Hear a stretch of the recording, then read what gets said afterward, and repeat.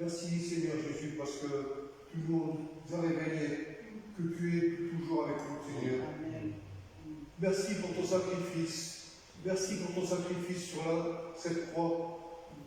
Tu nous permets aujourd'hui de te dire devant toi, Seigneur. Amen. Dans ces moments, trouve tes regards vers nous. Regarde à nos faiblesses. Regarde à ceux qui sont malades. Regarde à tous ces gens qui sont en détresse pour des raisons quelconques. Seigneur Jésus, tu es rempli d'amour et de grâce.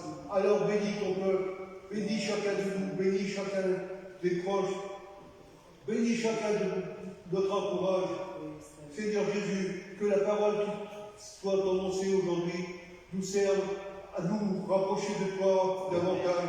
Gloire te soit rendue au siècle des siècles. Amen. Amen. Merci mon frère.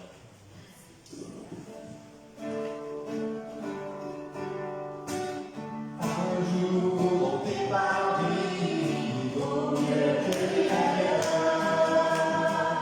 Seigneur, nous unis, nous sommes frères et sœurs, rassemblés en ce lieu, nous louons notre Père. Voici les figures.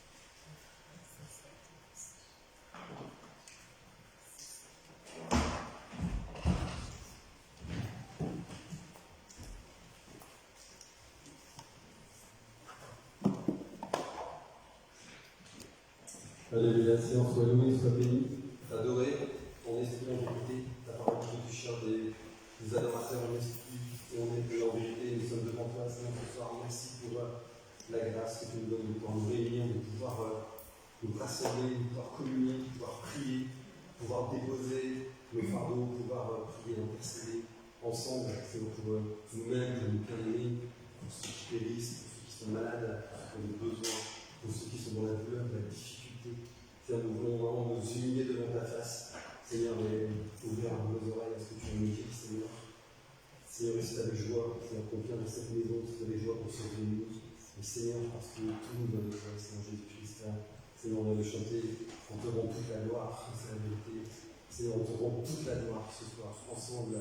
Seigneur, je sais que tu as agréé ces moments, je sais que tu as tes regards sur nous. Seigneur, je sais que tu veux bénir, que tu veux élever, que tu veux porter, que tu veux délivrer, que tu veux affermir. Sois béni, Seigneur, pour ton œuvre. Sois béni, Seigneur, pour ta présence, parce que tu es présent au milieu de nous, parce que tu es présent en nous, parce que nous sommes le temple du Saint-Esprit. Seigneur, il nous manque, Seigneur, pour te louer, pour te bénir. Seigneur, mais nos cœurs sont devant toi. Gloire à ton Seigneur. Amen. Amen. On va regarder la parole de Dieu au Proverbe 4, à partir du verset 20.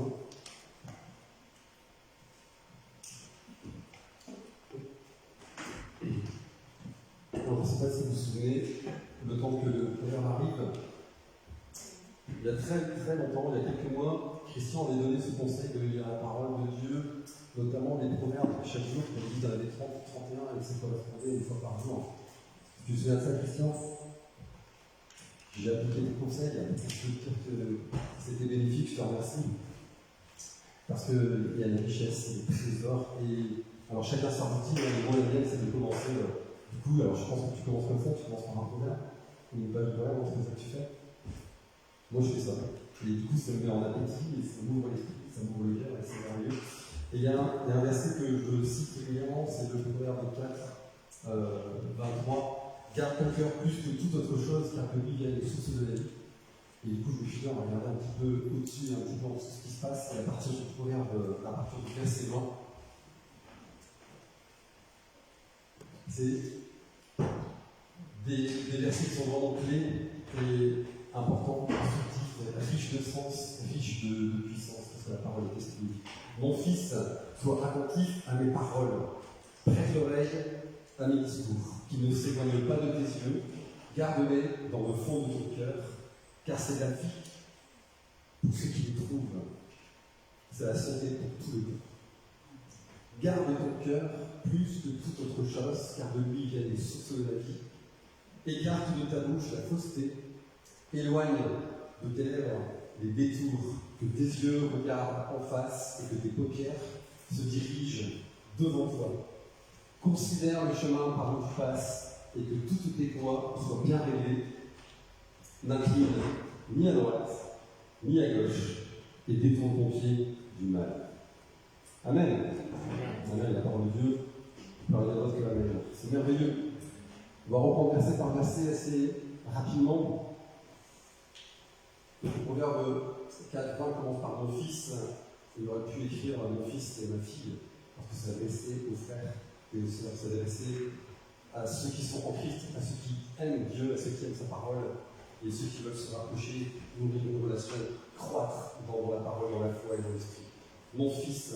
Et Dieu nous rappelle, il nous invite d'être attentifs à ce qui peut sortir de sa bouche, c'est-à-dire à ne pas avoir une écoute passive, ça fait enlever, ça m'est déjà enlevé plein de fois d'ailleurs, et puis d'écouter, et puis mon esprit vagabonde à droite, à gauche, par des raisons X, Y, la fatigue, le travail, etc., évidemment.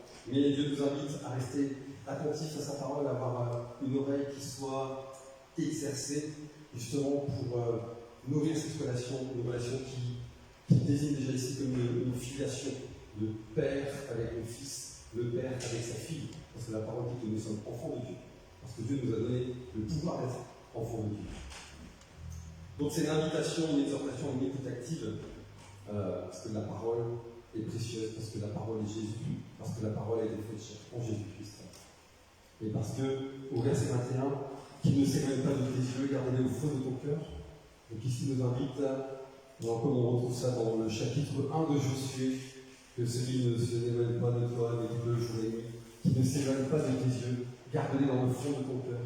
Donc ça passe d'abord par les yeux, par le fait de prendre sa parole, de prendre la parole, et de la mettre devant ses yeux, de la lire, et nous invite à une constance, nous invite à faire ça le plus régulièrement possible, le plus souvent possible, parce que Dieu veut nous parler, Dieu nous invite à avoir cette stabilité de la relation, et Dieu nous parle à travers les Écritures. Et garde-les au fond de ton cœur, c'est-à-dire que là, une fois que j'ai reçu la parole, alors j'ai à la méditer, j'ai à la ruminer, pour être des vaches chrétiennes qui ruminent la parole de Dieu.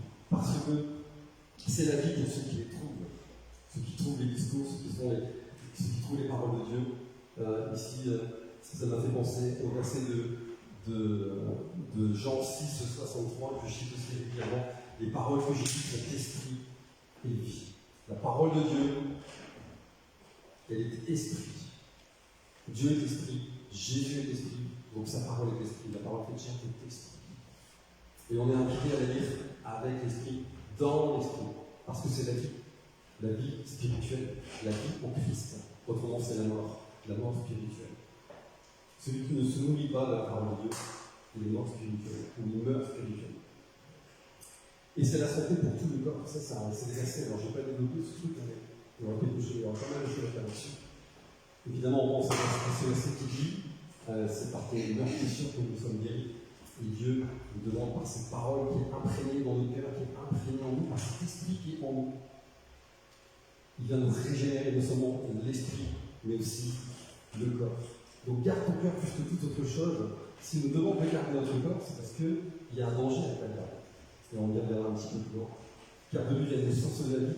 Évidemment, ce qu'on met dans nos cœurs, c'est ce qui va gérer de nous. Cette semaine, je pensais la semaine dernière, je ne sais plus, je pensais à un verset qui dit ne vous enlèverez pas, c'est la débauche. Et c'est rempli d'esprit au contraire. Et je suis, c'est étrange et c'est particulier d'accoler ces deux versets. Il parle de débauche, d'alcool, ne vous enlèverez pas, c'est la débauche, et juste après, il parle de rempli d'esprit. Et ça m'a fait penser à la Samaritaine. Lorsque Jésus lui dit celui qui boira de l'eau que je lui donnerai n'aura plus jamais soif. Et là, du coup, j'ai compris pourquoi ces deux versets étaient ensemble. Parce que dans Apocalypse 17, on va regarder maintenant, mais rapidement, il parle de ça. Il parle de la débauche, de Babylone, la prostituée de Babylone. Et qu'est-ce qu'on voit? Qu'est-ce qu'on va mettre dans nos cœurs? Qu'est-ce qu'on va mettre dans nos corps? Qu'est-ce qu'on va mettre dans notre esprit, dans notre âme? Qu'est-ce que je vais boire? Est-ce que je vais boire à la source, qui est Jésus-Christ, ou boire les eaux du monde, qui sont destructrices et dévastatrices, et qui nous éloignent de Dieu? Donc, garde ton cœur plus que tout au cher à lui, c'est les sources de la vie. Il y a cet autre verset qui dit que des sources d'eau vive couleront de nos seins. Cette eau, c'est celle qui vient de l'esprit. Cette eau, c'est celle qui vient de la parole. Et ce qui va sortir de nos bouches, c'est la parole de Dieu. Alléluia, c'est l'esprit de Dieu. 24. Écarte de ta bouche la fausseté, éloigne de tes lèvres les détours. La fausseté, c'est le mensonge. Les mensonges qu'on peut raconter, qu'on raconte plus maintenant parce que c'est plus pour nous. Il y a les mensonges du monde, les mensonges du diable, les fausses doctrines, les faux raisonnements, on y reviendra un petit peu après. Éloigne de tes lèvres des détours. Là, on parle de tout. On reviendra après. La parole de Dieu n'a pas de détour. La parole de Dieu est droite. La parole de Dieu est justice. Elle est intègre, elle est pure, elle est sainte. Jésus dira à ses disciples, déjà vous êtes purs à cause de la parole que je vous dis. Et Pierre dira, désirez que des nouveau-nés le lait pur de la parole. Cette parole purifie. Et elle n'est pas confusion, elle n'est pas approximation. Elle est précise, nette, claire, sans valeur, comme on peut le dire. Que tes yeux regardent en face et que tes paupières se dirigent devant toi. Et ça m'a fait penser à notre proverbe dans 10, 29 qui dit la voix de l'Éternel, c'est-à-dire la voix qu'on entend, est un rempart pour l'intégrité. C'est cette parole qui va nous garder dans la droiture, dans la justice, dans la vie, dans l'esprit. Elle est un rempart pour ce qui vient du dehors, le mensonge, le monde, les circonstances qui peuvent nous perturber. La voix de l'Éternel est un rempart pour l'intégrité. Considère le chemin par où tu passes. Alors c'est intéressant, petite dédicace pour ma fille parce qu'elle est en train de méditer sur le chemin en ce moment. Donc il y a encore un proverbe qui parle de chemin, le chemin par où tu passes. Jésus-Christ dit, je suis le chemin, la vérité et la vie. Le chemin, pas un des chemins. Il y en a qu'un. Et la vie, on revient encore une fois à ma parole d'esprit et vie. Nul ne vient au Père que par moi. Considère le chemin par où tu passes, ça veut dire que nous sommes amenés à observer, réfléchir, méditer sur tout ce qu'on vit, sur tout ce qu'on entend, sur tout ce qu'on veut. Il y a un autre proverbe, j'ai oublié le numéro, qui dit que celui qui réfléchit sur les choses trouve le bonheur, il est béni. Parce que Dieu nous parle, tant d'une façon tant d'une autre. À 98%, globalement, on vient de parler à travers sa parole, mais il nous parle aussi par les circonstances. Parfois aussi de quelqu'un qui n'est pas dans la parole. Donc, verset 27, n'incline ni à droite ni à gauche, et détourne ton pied du mal. Ça m'a renvoyé à ce verset en Matthieu 7, 13, qui dit entrez par la porte étroite, n'incline ni à droite ni à gauche, et détourne ton pied du mal. La porte elle est étroite, c'est Jésus de la porte, c'est lui qui le dit. Car large est la porte, spacieux le chemin qui mène à la perdition, et il y en a beaucoup qui entrent par là. Ça aussi, c'est une. C'est pour ça qu'on a gardé notre cœur sur toute autre chose. À la lumière de la parole, à la lumière de ce que Dieu dit, à la lumière de ce que l'Esprit dire. Alors on est dans des temps estivales, c'est vrai. Pour certains, il y a des période de vacances. Donc pour voir formation, moi j'ai parti aussi de vacances, c'est pour ça que vous ne verrez pas pendant une petite période à l'église. Ça peut être un moment de relâchement, un moment de repos, et c'est une bénédiction. Dans Marc 6, Jésus invite ses disciples à se reposer, c'est important. Et ça peut être des temps de bénédiction où on peut mettre à profit justement le temps qu'on a un peu plus, avec moins de stress, moins d'obligations, même si on est pères ou mères de famille, il y a toujours des obligations, il y a toujours évidemment des choses à faire. Et pour prendre un peu plus de temps pour Dieu et pour sa famille, idéalement pour prendre du temps pour Dieu avec sa famille, c'est encore mieux. Donc il y a un temps estival, ça va être un temps de repos, où on peut se relâcher, mais il y en a un qui se repose jamais. Garde ton cœur plus que toute autre chose. Pourquoi? Parce qu'il y en a un qui se repose jamais. C'est l'ennemi, c'est Satan, c'est le diable. On va regarder dans Luc 4, verset 13.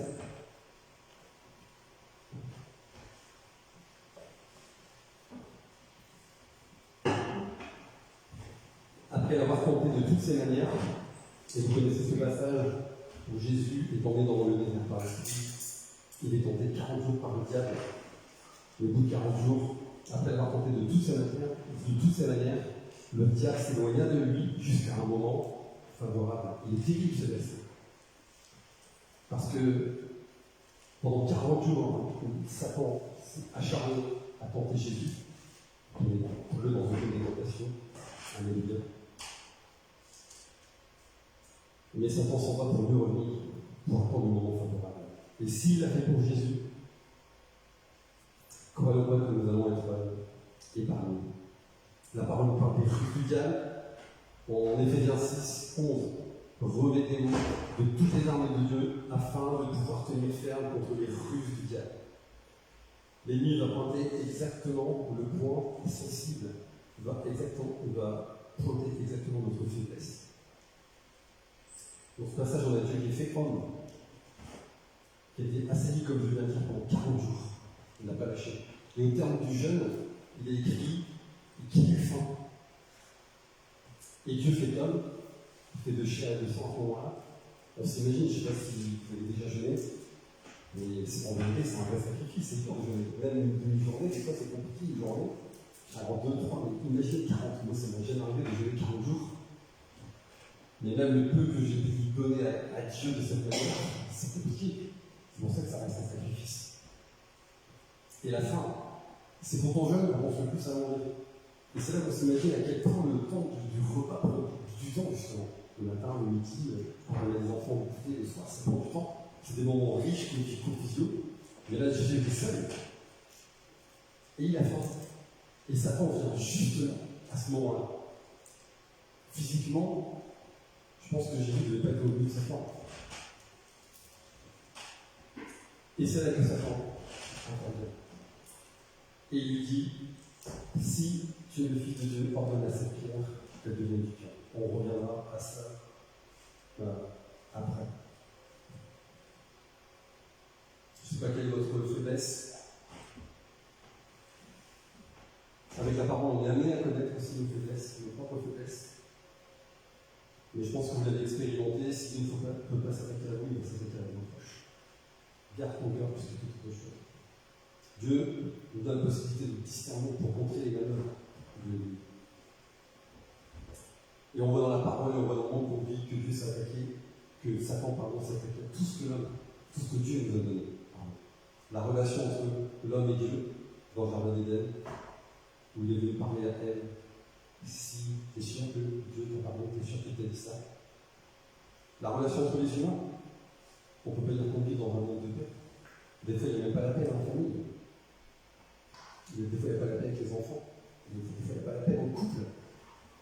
La terre, la nature, tout ce qu'il nous a donné, tout est attaqué, tout est pollué, tout est sec. Jusqu'à notre identité sexuelle, on commence à avoir des choses extraordinairement désolantes.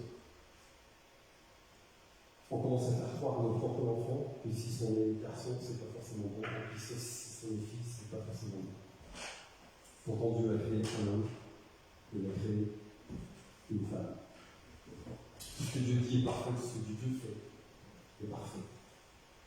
Donc Satan arrive et commence déjà, lui, si tu es le Fils de Dieu. On voit comment il est pervers, comment il est retors, comment le monde peut être pervers et retors, pernicieux. Il y a une tentative d'insinuer le doute dans l'esprit de Satan. On sait que Jésus est le Fils de Dieu. Mais le doute, la crédulité, c'est l'ennemi de la foi. Et sans arrêt, on essaie de nous mettre dans la tête que ce que dit Dieu n'est pas vrai. C'est terrible. Et tout ce que le monde défend, c'est tout ce qui est contraire à la parole de Dieu.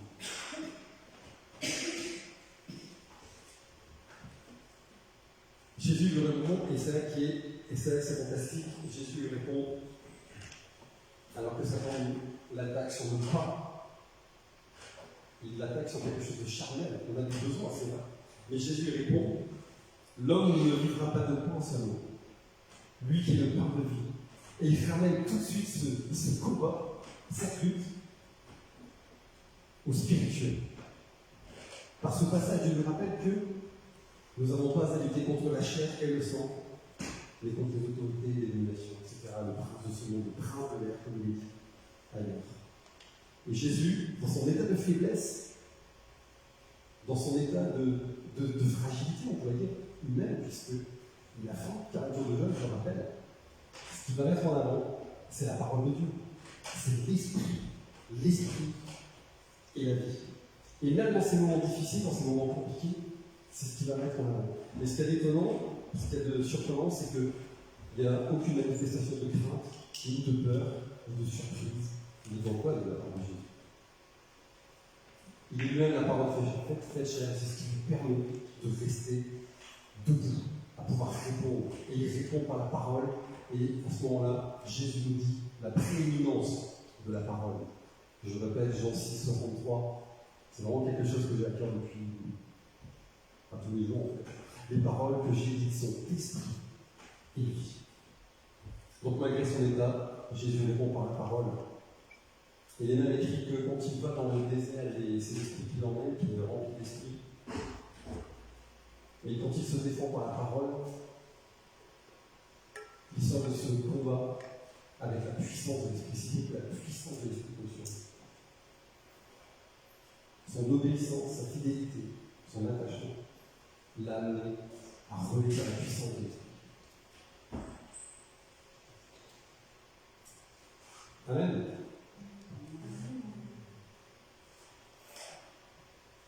Alors c'est important, je le disais dans nos prières, on l'a chanté, on a déjà prié les prières, les premiers chants qu'on a fait, qui parlent de la parole, je suis attaché à sa parole. C'est vraiment ce qui va nous affirmer, c'est vraiment ce qui va nous muscler spirituellement pour pouvoir résister dans les tempêtes. Et on a besoin d'être fort, on a besoin de l'Esprit de Dieu, on a besoin de sa parole pour résister dans les tempêtes. Autour de nous, on a certains ont des enfants qui ne sont pas convertis, des enfants qui sont loin de Dieu. On a dans des membres de nos familles qui sont prêts, des fois c'est un père, une mère, un frère, une soeur, un cousin, une cousine, des amis, des collègues. Et on aura à annoncer cette parole de Dieu avec assurance.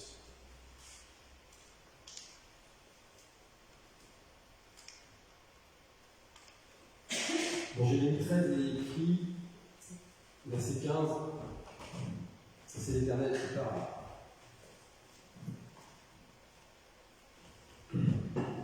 Écoutez et prêtez l'oreille, ne soyez pas orgueilleux car l'Éternel parle. Un des orgueils dont la parole fait part, justement, c'est le fait de ne pas écouter la parole de Dieu. Et ça nous dit que c'est un orgueil. C'est un orgueil. Comme elle, qui n'a pas écouté la parole de Dieu. Elle et Adam, bien sûr, parce que Dame, ils n'ont pas écouté. Ils se sont laissés abandonner. Et la parole dit que c'est un orgueil. Écoutez et mettez l'oreille, ne soyez pas orgueilleux car l'Éternel parle. Et il vient des temps où ceux qui vont écouter et qui vont vouloir vivre de la piété, vivre de la sainteté, seront qualifiés de orgueilleux. La parole qui nous dit dans Jérémie 1,12, pourtant l'Éternel dit à Jérémie: tu as bien vu, car je veille sur ma parole pour l'exécuter. Je vous invite à lire ce passage. Tu as bien vu, car je veille sur ma parole pour l'exécuter. Dieu lui-même veille sur sa parole. Dieu lui-même veille sur lui-même, puisqu'il est lui-même la parole. Et nous avons nous-mêmes à veiller sur cette parole. Pour être ancrés, pour être enracinés, Jésus le rappelle. Il veut nous parler de ceux qui ont bâti leur maison sur le roc.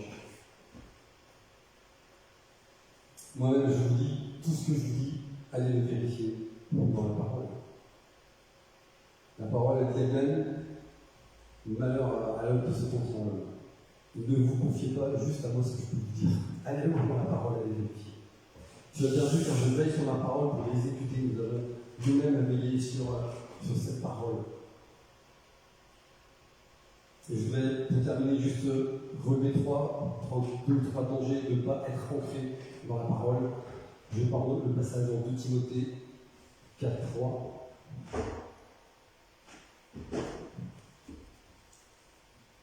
Car il viendra un temps où les hommes ne supporteront pas la saine doctrine, mais il y en a des démangeaisons d'entendre des choses agréables et se donneront une foule de docteurs sur leur propre désir, détourneront l'oreille de la vérité, et se tourneront vers les fables.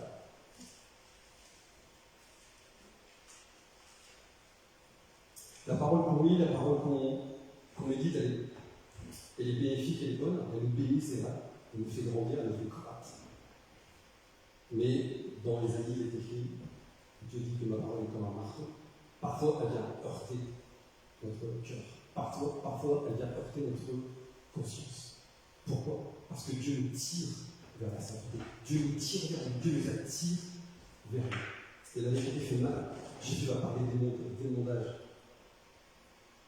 Quand on coupe, ça fait mal. La parole est une épée tranchante. Quand ça coupe, ça fait mal. Ça peut faire mal. Mais c'est toujours pour nous montrer qui nous sommes. Pour nous amener à ce que la façon dont Dieu nous voit. Quand on y juge, on le voit avec l'ange de l'Éternel qui apparaît à Gédéon. Gédéon qui est j'allais dire un pauvre gars qui est en train de battre du froment pour sa famille, quelqu'un d'assez humble, enfin de très humble même, pas de puissance, pas de pouvoir. Et l'ange de l'Éternel lui vient voir et lui dit, vaillant lion. Lui, il ne s'imagine pas d'être un vaillant lion. Mais l'Éternel le tire. Dieu nous tire vers nous. Et la parole dit d'ailleurs d'aller rechercher ce qui vient manquer. Parfois, on se voit mal. On se voit diminué, on se voit pas terrible, on se voit moins qu'avant. Mais Dieu ne nous voit pas comme ça. Et il nous amène d'un point A à un point B, et c'est toujours pour monter, jamais pour laisser. C'est merveilleux. Alléluia. Mais en même temps, il ne faut pas se laisser tromper par des faux raisonnements, par des faux raisonnements, des choses qui ne sont pas conformes à la parole. Parce que ça laisse un accès à l'ennemi. Et l'accès à l'ennemi, c'est l'incrédulité, le doute, ça vient polluer la relation avec Dieu, ça vient polluer la relation avec les frères et les sœurs. En 2 Pierre 3,16, donc un moyen mémotechnique pour retenir en Jean 3,16, on connaît bien, mais Pierre 3,16, 2 Pierre 3,16. C'est ce qu'il fait dans toutes les lettres. Il parle de Paul, où il parle de ces choses dans lesquelles il y a des points difficiles à comprendre, dont les personnes ignorantes et mal affermies tordent le sens, comme celui des autres d'écriture pour leur propre amour. Il garde ton cœur plus que toute autre chose. Si on n'est pas affermi, si on n'est pas ancré, il y a des choses qu'on ne comprend pas et on tord le sens. Et ça peut nous aller dans des faux raisonnements. Ça peut nous aller dans des raisonnements qui nous trompent et qui nous écartent de la parole de Dieu, qui nous écartent de la vérité, qui nous écartent du lui-même. Encore une fois, de nos frères et de nos sœurs. Et en 2 Timothée 3,12, pour tous ceux qui veulent vivre pieusement en Jésus-Christ seront persécutés. C'est terrible. Celui qui doit suivre la parole, s'il doit se sanctifier, va être persécuté. Et c'est là qu'il va falloir être fort. Être fort devant le monde qui nous entoure, tout ce qui peut nous entourer, tout ce qui peut nous faire mal, nous affecter. Et écoutez, que l'oreille ne soit avec moi, un peu l'éternel parle. Mais heureusement, on a un Dieu d'amour, on a un Dieu de grâce, un Dieu de miséricorde. Et tout vient de lui, toutes les initiatives viennent de lui, le salut vient de lui. Alléluia, quand le voile s'est déchiré, il s'est déchiré d'en haut.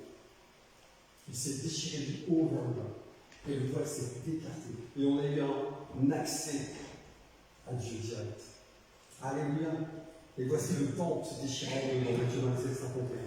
Depuis le haut jusqu'en bas, la terre trembla, les rochers se fondent. Toutes les initiatives bonnes et qui sont des bénédictions, qui font du bien, qui nous portent vers le tout bien dans eux. Matthieu 7, 60 ou Matthieu 7, 7.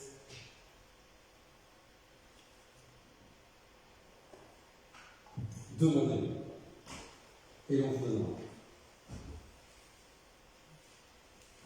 Ouvrez vos bouches, ouvrons nos bouches, ouvrons nos cœurs, demandez, et on vous donnera.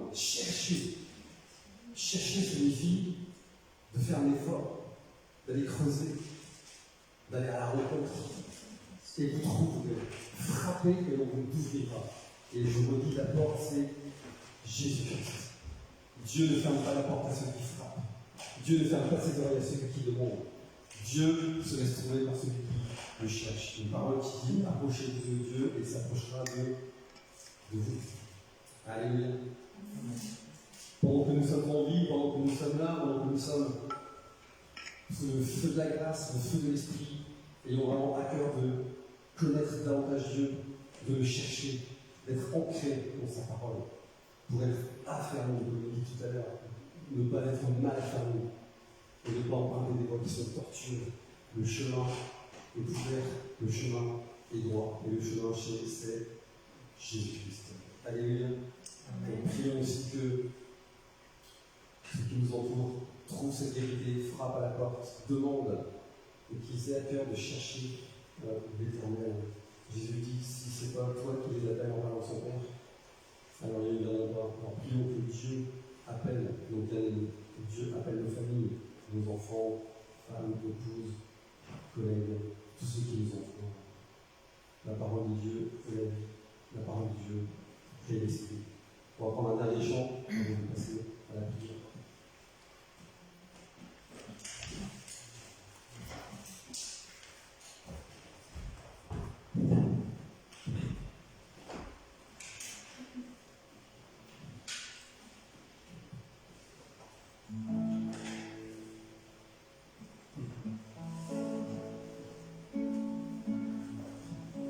J'écouterai ce que dit Dieu, car il est roi pour qui écoute. Sa vérité est sur tous ceux qui vont à lui quand rien ne doute. Fidèlement, je veux marcher dans ses sentiers. Il est la main qui me bénit de la folie de mes projets. Ta bienveillance